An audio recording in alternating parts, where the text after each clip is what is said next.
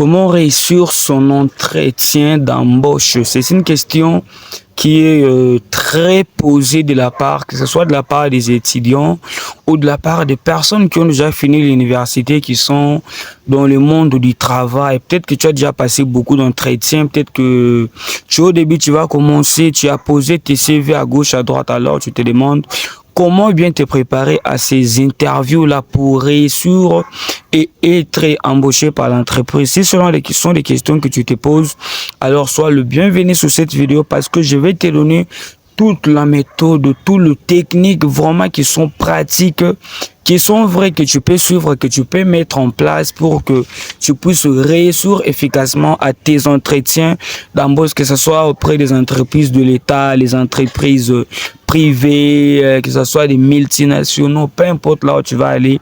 Je vais te donner des techniques vraiment qui sont vraies, qui sont réelles, qui sont approuvées et tu vas tout simplement le mettre en place. Alors, si tu ne me connais pas déjà, je vais me présenter rapidement. Je suis Eli Bavoula, je suis entrepreneur réussi. Je fais cette émission parce que j'ai travaillé pendant 2 ans à la banque. J'ai été d'abord dans le commercial, ensuite dans le département de recrutement.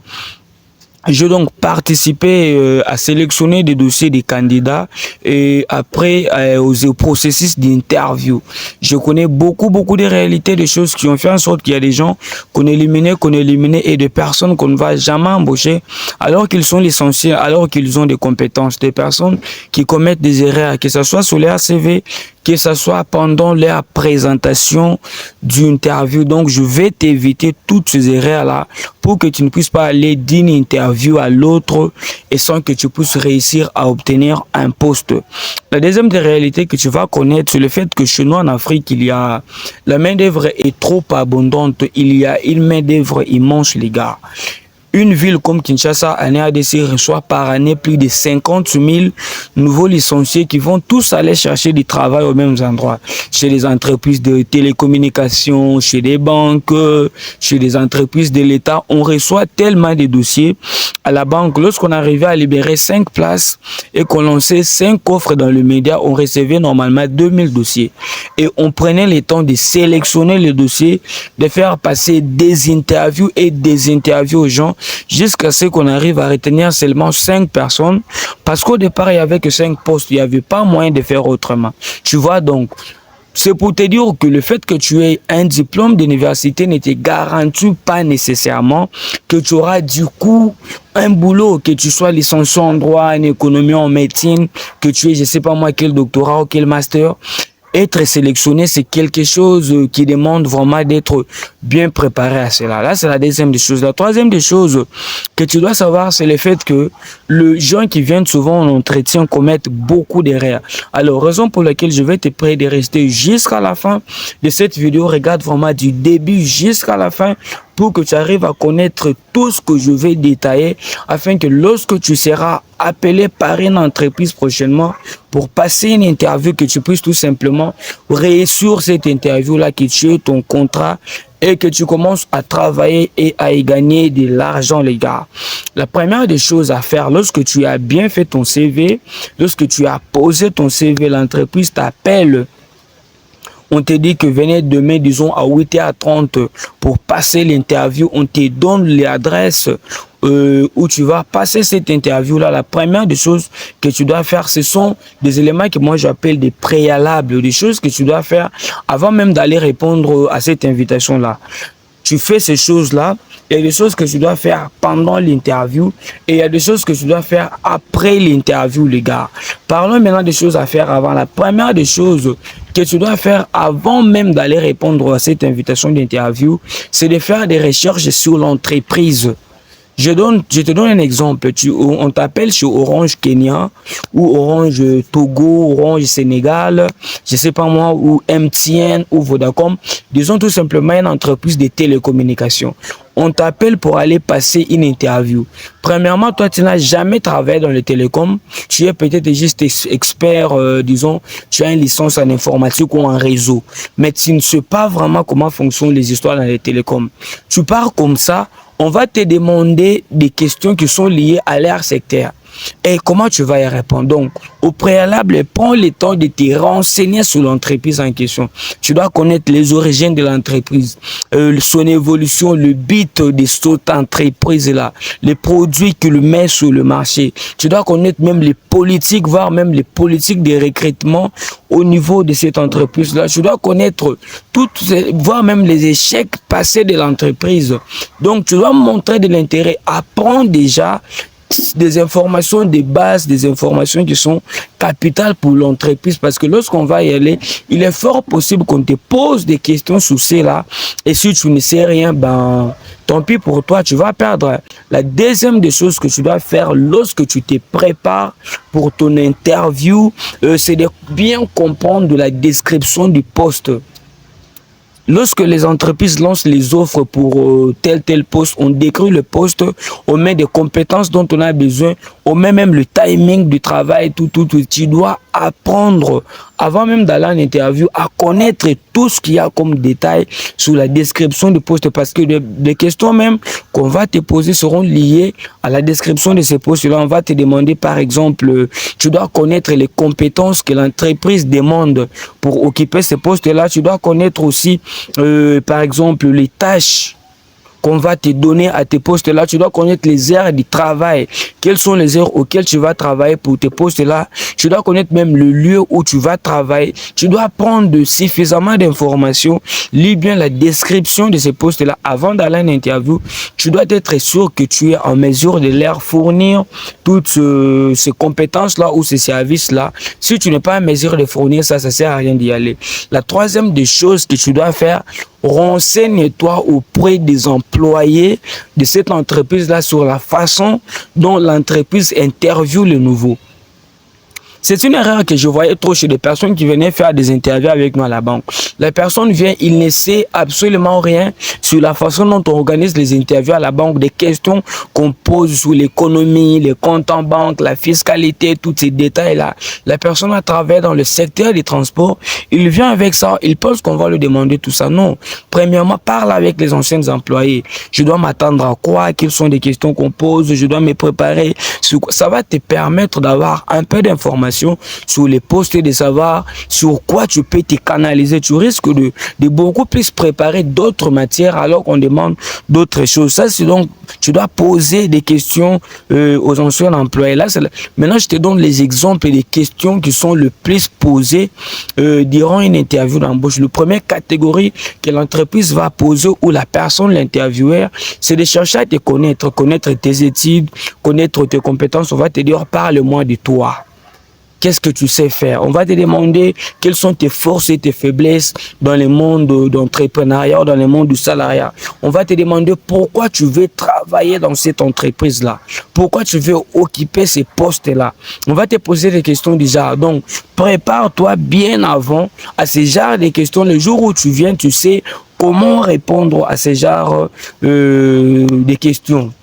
Tout ça, c'est avant même que tu viennes. La quatrième des choses que tu dois faire, avant même de venir en interview, c'est de t'exercer en avant à une interview d'embauche. Tu peux appeler un ami, tu peux appeler un frère, tu peux appeler quelqu'un de la famille. Tu dis, assieds-toi là-bas, pose-moi des questions comme si tu étais un intervieweur là. Pose-moi des questions en relation avec ces postes.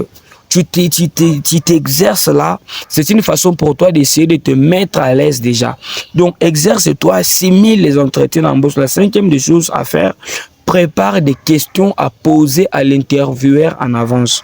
Moi, j'ai interviewé beaucoup de gens. J'aime que lorsque la personne vient, qu'il ait des informations sur mon entreprise, d'une part, et d'autre part, qu'il puisse poser aussi des questions du genre, des questions de curiosité. Cela montre que la personne a de l'intérêt sur l'entreprise en question et la personne a un peu de connaissances. Cela renforce même la confiance du côté de l'employeur pour dire à la personne connaît ça déjà, il demande ça. Ça montre qu'il a de l'intérêt sur notre entreprise.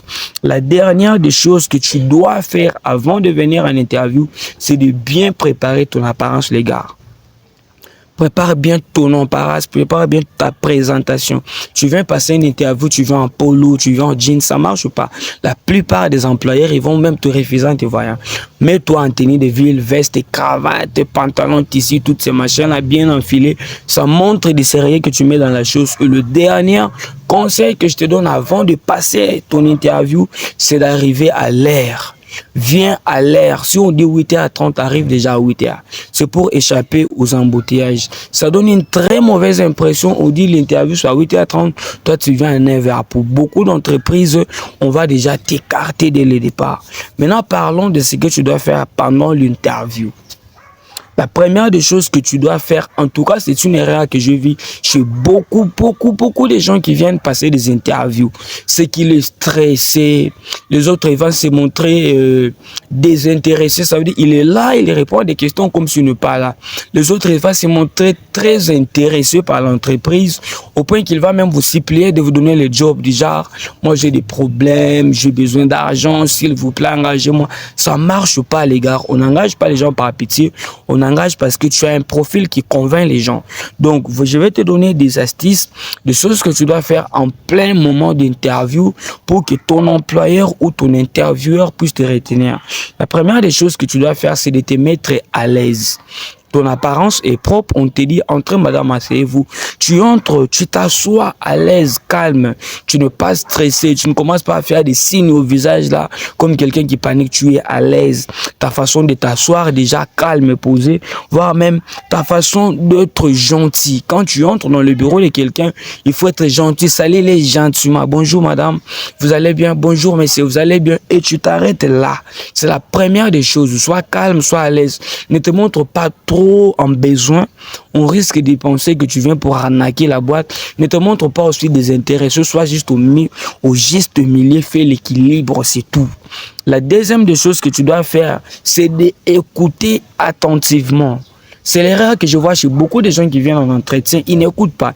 Il est là, il parle. Il y en a même qui se permettent de commencer à prendre leur téléphone en présence de la personne qui l'interviewe. Ça marche pas dans ta tête ou quoi. Tu dois écouter, on te pose et réponds uniquement aux questions. Prends la parole uniquement lorsqu'on te donne la parole. Réponds aux questions uniquement lorsqu'on t'a posé des questions, parce que pendant une interview, on examine aussi la personnalité de la personne. On répond aux questions déjà. Bonjour madame, est-ce que vous pourriez me parler de vous? Alors là, tu commences à parler. Quelles sont vos compétences? Quelles sont vos faiblesses? Tu réponds uniquement aux questions suivant l'ordre des questions que la personne te pose. Tu ne réponds pas en désordre. Voilà, je te donne un exemple des questions ou de la façon de répondre efficacement aux questions. Quand tu réponds, premièrement, tu dois mettre en lien les postes qu'on te propose avec les études que tu as fait au passé, mais aussi avec ton expérience personnelle. Tu as fait la médecine, tu pars demander de devenir, je ne sais pas moi, mécanicien dans une société de véhicules, ça marche pas. Tu n'en as pas de connaissances, tu es médecin, mais sans en rapport avec les postes qu'on te donne comme pédiatre, comme chirurgien, et tu mets aussi en relation tes expériences passées. Tu dis, vis mes études, vis mes connaissances, vis l'expérience que j'ai eue dans telle entreprise. Je pense, ou je sais que je suis à mesure de faire telle tâche que vous me confiez. Je suis persuadé que je viens bien le faire parce que j'en ai des connaissances, j'en ai des compétences, j'en ai de l'expérience. C'est la meilleure des façons de répondre. Donc, si tu commences à évoquer toutes tes expériences qui n'ont aucune relation avec le poste, ça ne va pas te servir. Évoque uniquement des expériences qui sont en lien avec le poste. La quatrième des choses que tu dois faire pendant l'interview, c'est de rester vrai, de rester honnête, de rester authentique. N'invente pas une personnalité que tu n'as pas. Tu commences à leur montrer que tu peux gérer ceci, tu connais Word, Excel, PowerPoint, je sais pas moi, tous les offices là. Quand on te met devant Excel, tu ne connais rien. Ça marche pas. Sois vrai. Dis ce que tu sais faire, ce que tu ne sais pas faire. Dis aussi que tu ne sais pas faire. La cinquième des choses que tu dois faire pendant ton interview, c'est de rester positif. Leur boîte a des problèmes, leur entreprise a des problèmes. Si on te recrute, c'est pour que tu apportes des solutions et non des problèmes. Montre-leur dans quelle mesure tu peux apporter des solutions dans leur entreprise, dans quelle mesure tu peux faire avancer les choses. Ne leur montre pas, ça marche pas, non. Dis-leur, si vous me prenez moi, je vais apporter telle solution à ces postes, telle solution à ces postes, telle solution à ces postes.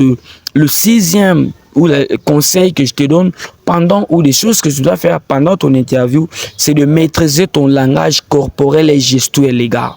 Lorsque tu es en face de moi et que je t'interviewe, je vais regarder comment tu as réagi physiquement. Si tu es stressé quand tu réponds, c'est pas un bon signe. Si tu es mal à l'aise, même ton visage là, si tu es assis, tu viens dans le bureau de quelqu'un, tu t'assois, tu croises les jambes, tu mets les écouteurs, ça marche pas là ou quoi. Donc ton langage corporel, ton langage gestuel, même ta façon de t'élever, tu dois t'élever uniquement quand on te dit de partir, tu finis l'interview. Tu peux pas t'élever en pleine interview, tu sors et puis tu reviens, non. Donc, sixièmement, vérifie ton langage corporel. La septième des choses que tu dois faire pendant ton interview, c'est de poser des questions intelligentes, des questions qui sont en lien avec le poste, des questions qui montrent ton intérêt pour ton entreprise. Faut pas poser des questions bêtes. Ça décourage même la personne qui t'a écrit. La dernière des choses que tu dois faire pendant ton interview à Souka, c'est de remercier la personne. La personne te dit, bon madame, on a fini. Et tu dis, merci beaucoup monsieur, tu pars. Faut pas te lever juste comme ça, tu pars. Aussitôt ton interview finie, il y a encore des choses que tu dois faire. La première des choses que tu dois faire aussitôt ton interview finie, c'est de les envoyer un mail pour le remercier de t'avoir reçu. Cela montre l'intérêt et l'engagement que tu as pour l'entreprise. La deuxième des choses, c'est d'être patient. Tu ne dois pas leur faire la pression. Je vois des gens, il a fini l'interview et puis vous écrivez tous les jours, hey, les résultats c'est quand? Est-ce que je suis pro ou pas? On ne fait pas de pression. L'entreprise va évaluer. Si tu es retenu, on t'appelle. Il n'y a pas de pression à faire. Et la troisième et la dernière des choses, c'est de réfléchir toi-même. Fais ton examen de conscience pour voir qu'est-ce qui a marché, qu'est-ce que tu as marché et comment te perfectionner pour une prochaine interview, les gars. Abonne-toi, commente, like, partage cette chaîne si tu n'es pas encore abonné. C'est pour me soutenir, c'est pour me donner un coup de pouce. Je pense que tu l'as fait. Merci beaucoup.